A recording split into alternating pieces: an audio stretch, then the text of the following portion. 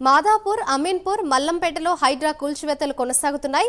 ఎలాంటి ముందస్తు సమాచారం ఇవ్వకుండానే ఎఫ్టీఎల్ బఫర్ జోన్లో అక్రమ నిర్మాణాలు నేలమట్టం చేస్తున్నారు.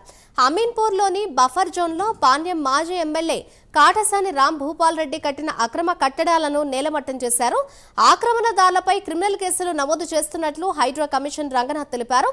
జనం నివాసం ఉండే వాటిని కూల్చడం లేదన్నారు. ఇక హైడ్రా కమిషనర్ అయితే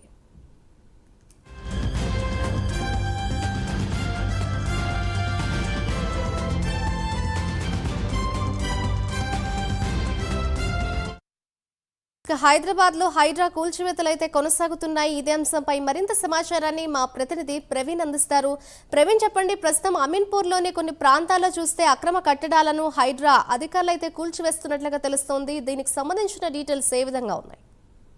మాధురి, అయితే నిన్నటి నుంచి హైడ్రా అధికారులు అయితే హైదరాబాద్ వ్యాప్తంగా హైడ్రా ఏదైతే చెరువులను ఆక్రమించి అక్రమ కట్టడాలు కట్టారో వాటిని అన్నిటిపైన అయితే కొరడా గుల్పిస్తుందనే చెప్పాలి. వాటి అన్నిటిని గిట కూల్చివేతలకు చేశారు. అదేవిధంగా దుండిగల్లోని మల్లంపేట అండ్ మాదాపూర్ లోని సున్నం చెరువులో అక్రమాల నిర్మాణాలన్నీ నిన్నటి నుంచి అధికారులైతే కూల్చివేస్తున్నారు. ఇదే విధంగా అయితే ఇక్కడ స్థానిక ప్రజలు కూడా ఆవేదన వ్యక్తం చేశారు. ఈ కూలుస్తున్న క్రమంలో స్థానిక ప్రజలు ఆవేదన వ్యక్తం చేస్తూ అక్కడ పెట్రోల్ పోసుకుని ఆవేదన వ్యక్తం చేసిన పరిస్థితులను కూడా మనం చూసాం. కాబట్టి అయితే హైడ్రా కమిషనర్ నిన్న ఒక స్పష్టమైన సూచనలు కూడా చేశారు.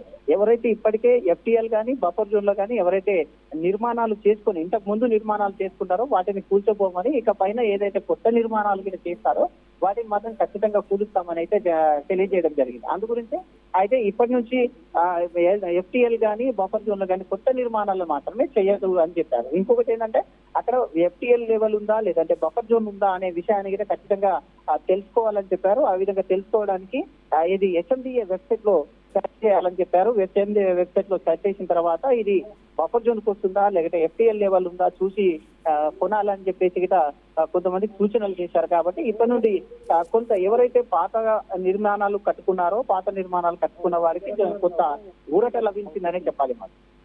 Thank you Praveen.